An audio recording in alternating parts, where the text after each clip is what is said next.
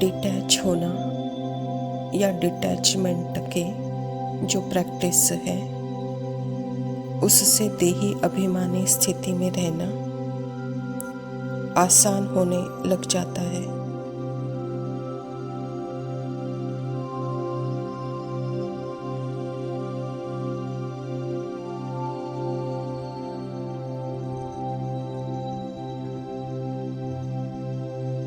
Actual में तो यह बहुत सिंपल है, बहुत इजी है। क्यों?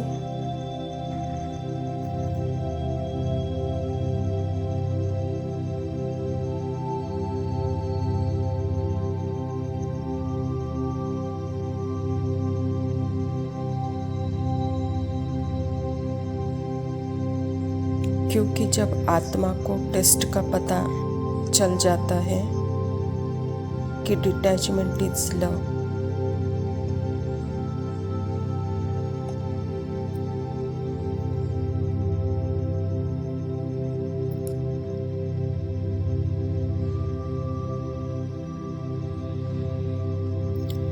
डिटैचमेंट ही प्रेम है।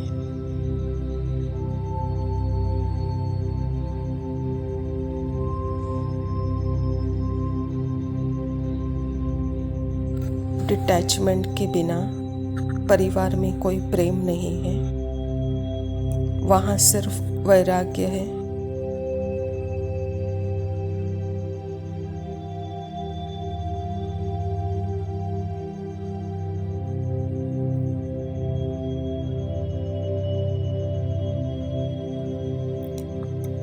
डिटैचमेंट में रियल लव है।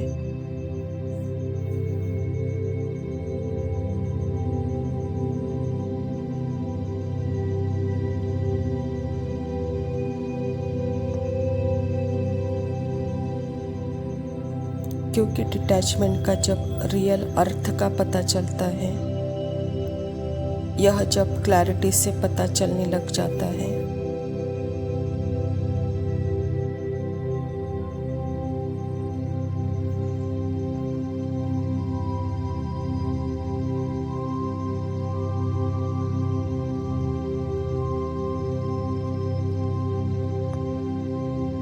डिटैचमेंट उन संबंध से नहीं है, उन रिश्तों से नहीं है, परिवार से नहीं है, बल्कि डिटैचमेंट में मैं उनके पार्ट से डिटैच नहीं हो रही हूँ।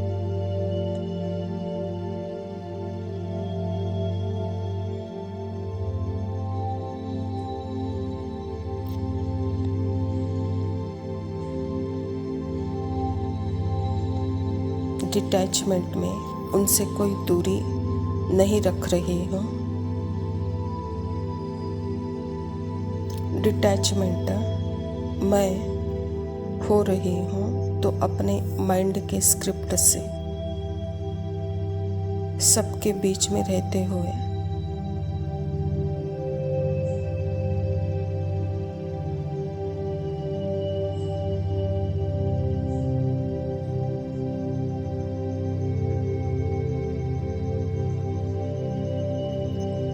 तो इस आत्मा ने देखा है इस लौकिक पार्ट में जो पार्ट प्ले करते हुए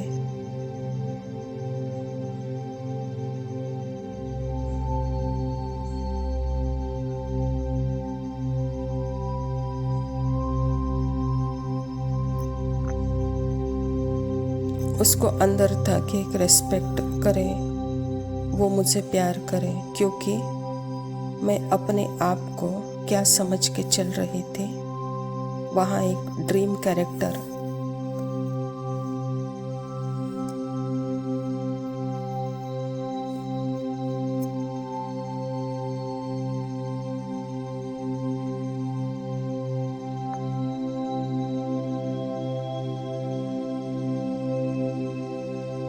वो परिवार मुझे रिस्पेक्ट दे, प्यार करे।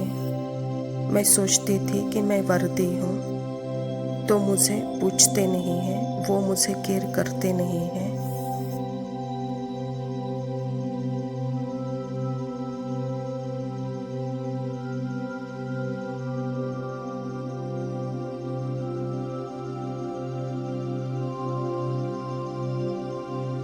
तो मैं हमेशा उनको सबको खुश करने की कोशिश करती थी ताकि वह मुझे प्यार करे, रिस्पेक्ट करे।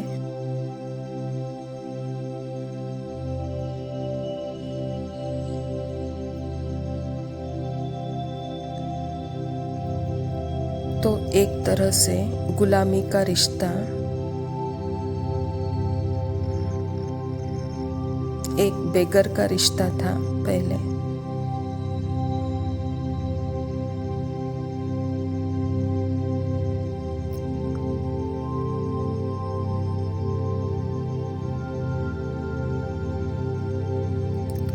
पर हम जब अपने ट्रुथ का पता चलता है, बाबा का ज्ञान लिया, तो उससे यह पता चला कि एक्चुअल में मुझे खुद को ही जानने की ज़रूरत है।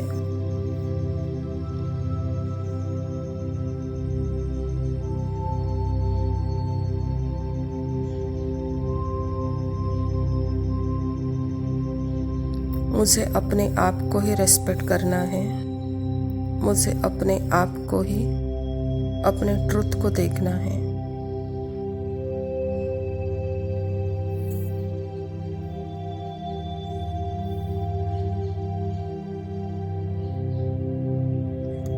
मैं आत्मा ने बाबा को हमेशा अपना कांस्टेंट कंपनी बना लिया और ज़्यादा प्रश्न नहीं किए भगवान को कभी मैंने।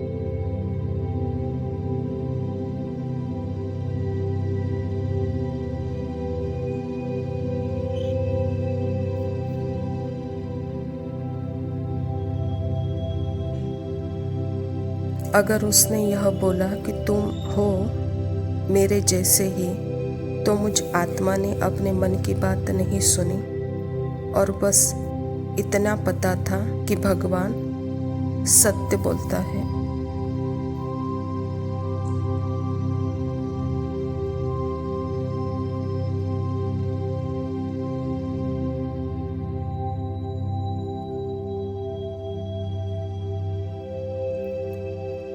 मैंने न जास्ती भक्ति की थी, ना मैंने कोई शास्त्र पढ़े थे। बस मैं नेमिनाथ की पूजा पाठ करती थी, बस इतना ही।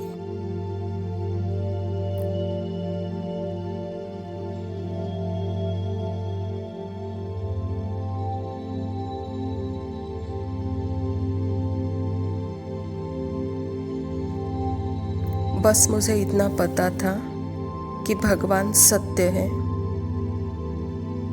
और ज्ञान में आने के बाद परमात्मा ने कहा कि तुम आत्मा हो। मैंने बस उसको स्वीकार किया। तुम शांत स्वरूप हो।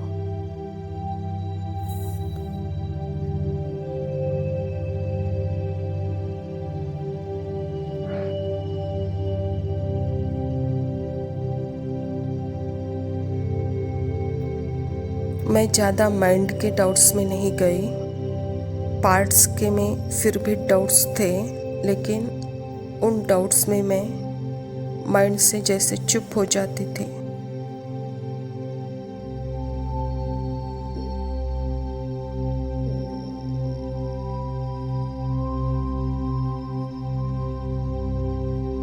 मैं आत्मा बाबा के साथ अंदर ही अंदर बातें करती थी, सदा सदा के लिए।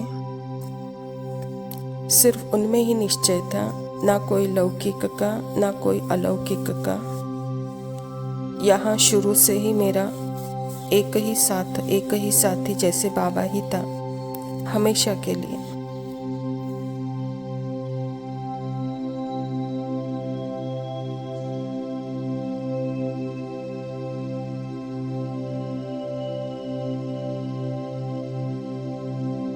जब हम सच्चे दिल से परमात्मा से बातें करते हैं तो बाबा भी कहते हैं कि सच्चे दिल पर साहिब राजी होते हैं।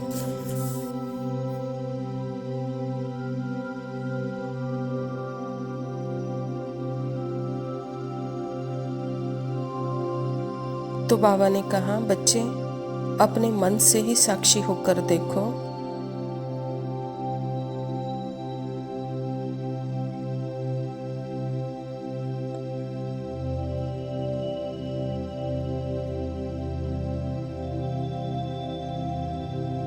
मन में जो अशांति के संकल्प आ रहे हैं, डाउट के संकल्प आ रहे हैं,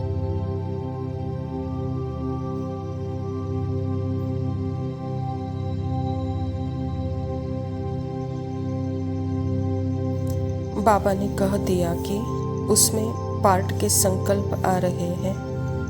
बच्चे, इसमें तुम उनसे साक्षी हो जाओ और मुझे वह देना, अर्थात वह संकल्प मुझे देते जाओ।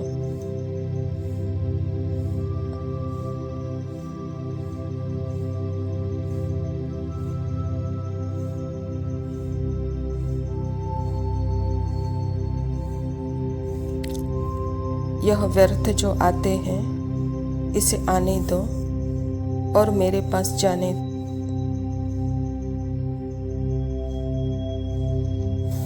पर तुम मेरे साथ, मेरे गोदी से नीचे तुम नहीं उतरोगे, मेरे साथ ही रहोगे।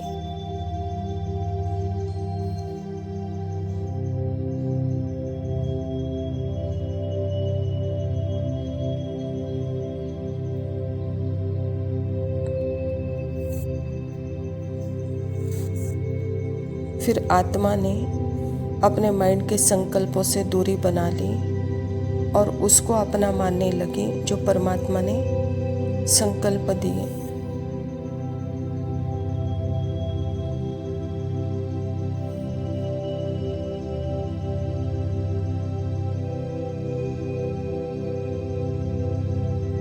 यानी बाबा को, बाबा की श्रीमत को हाजी बोलना, माया को नाजी बोलना।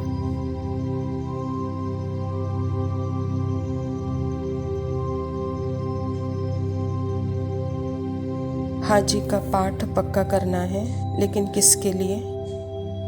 परमात्मा के लिए। परमात्मा के लिए हाजी।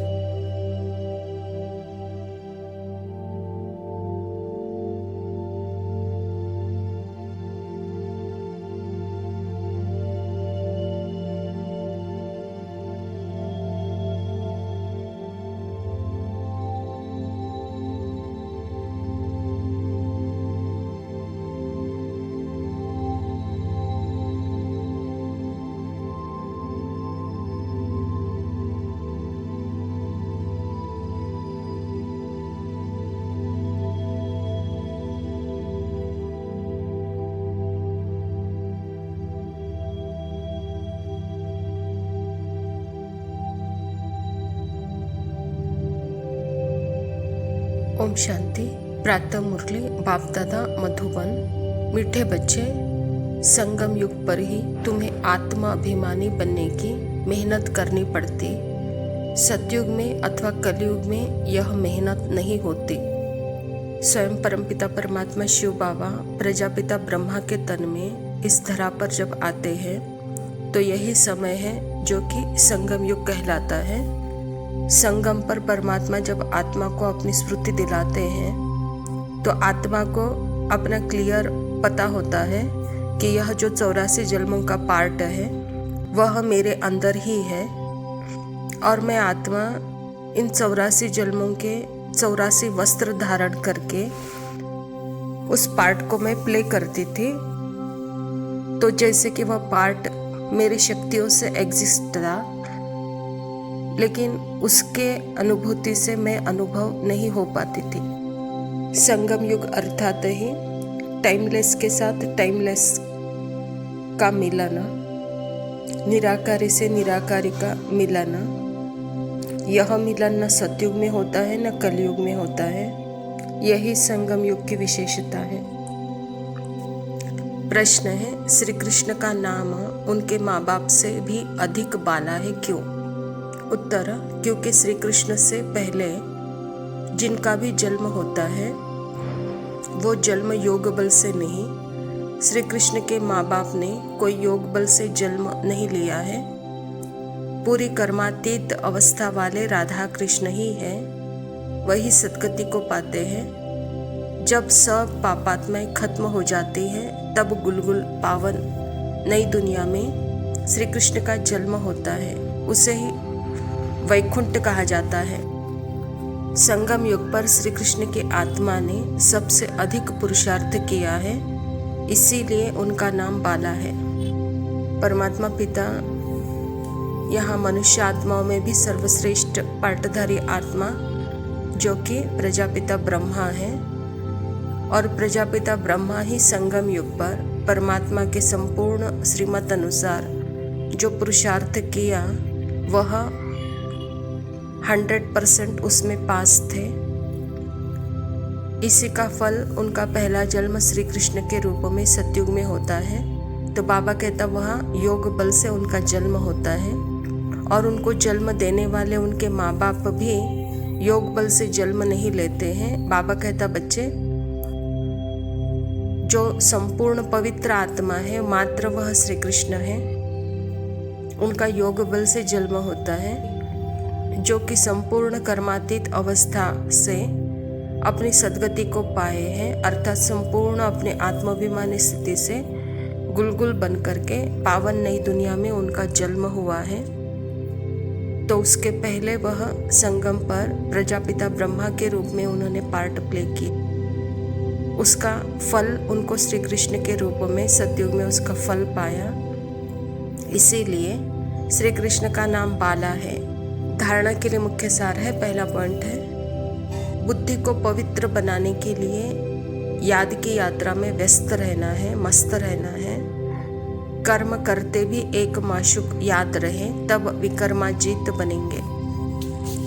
बाबा कहते जैसे शरीर के लिए भोजन जरूरी है, ऐसे बुद्धि के लिए यह ज्ञान का भोजन जरूरी है।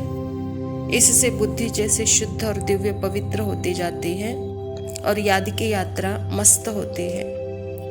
तो इसलिए बाबा कहता बच्चे, यह कर्म करते हुए भी सदा एक माशुक के याद में रहे, तो जैसे विकर्माजीत स्थिति का अनुभव करेंगे। दूसरा पॉइंट है, इस छोटे से युग में मनुष्य से देवता बनने की मेहनत करनी है। अच्छे कर्मों के अनुसार अच्छे संस्कारों को धारण कर अच्छे कुल में जाना है।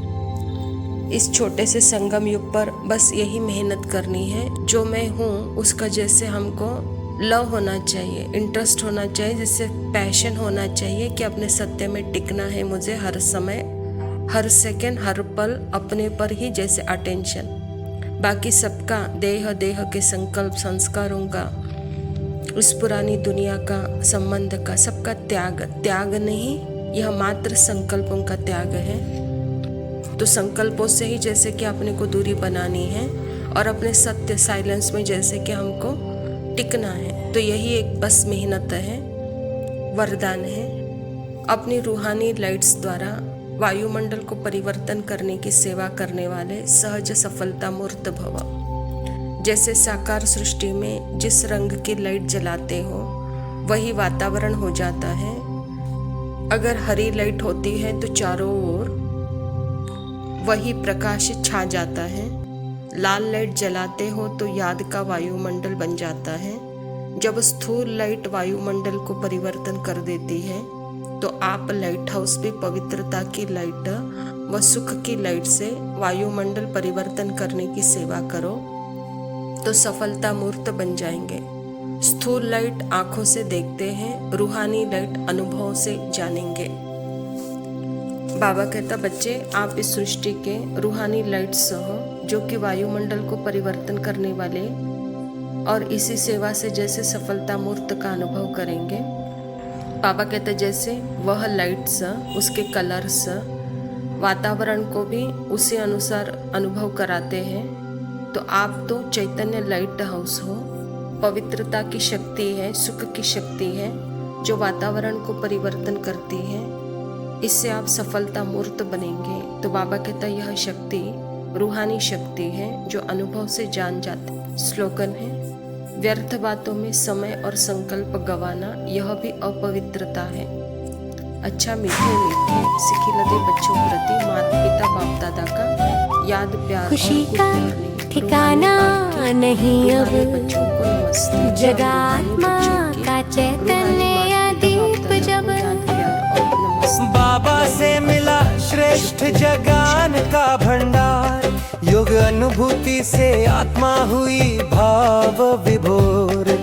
जुड़ी मन की तार जैसे बाबा ही संसार मिली दृश्य खुशी आत्मा का मूल संस्कार। सर्वशक्तिमान से मिली शक्ति अपार, जीवन को मिला सर्व गुणों का उपहार। सच्ची खुशी का ठिकाना नहीं अब, रमती है रूह खुद की रंगों में जब।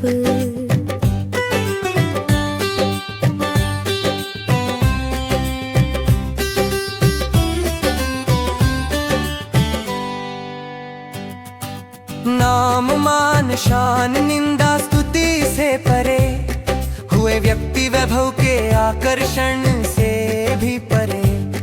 अतीन्द्रिय सुख पाया संगम की शुभ घड़ियों में, मत गवाना इस अनोखे समय को व्यर्थ व स्थूल बातों में। इस अनूठी खुशी का ठिकाना नहीं अब, हुई स्वयं की सत्यता की पहचान जब। मन को खुशी के सागर में डुबोने से हुआ गजब, ड्रामा का हर दृश्य अनुभव होता जब।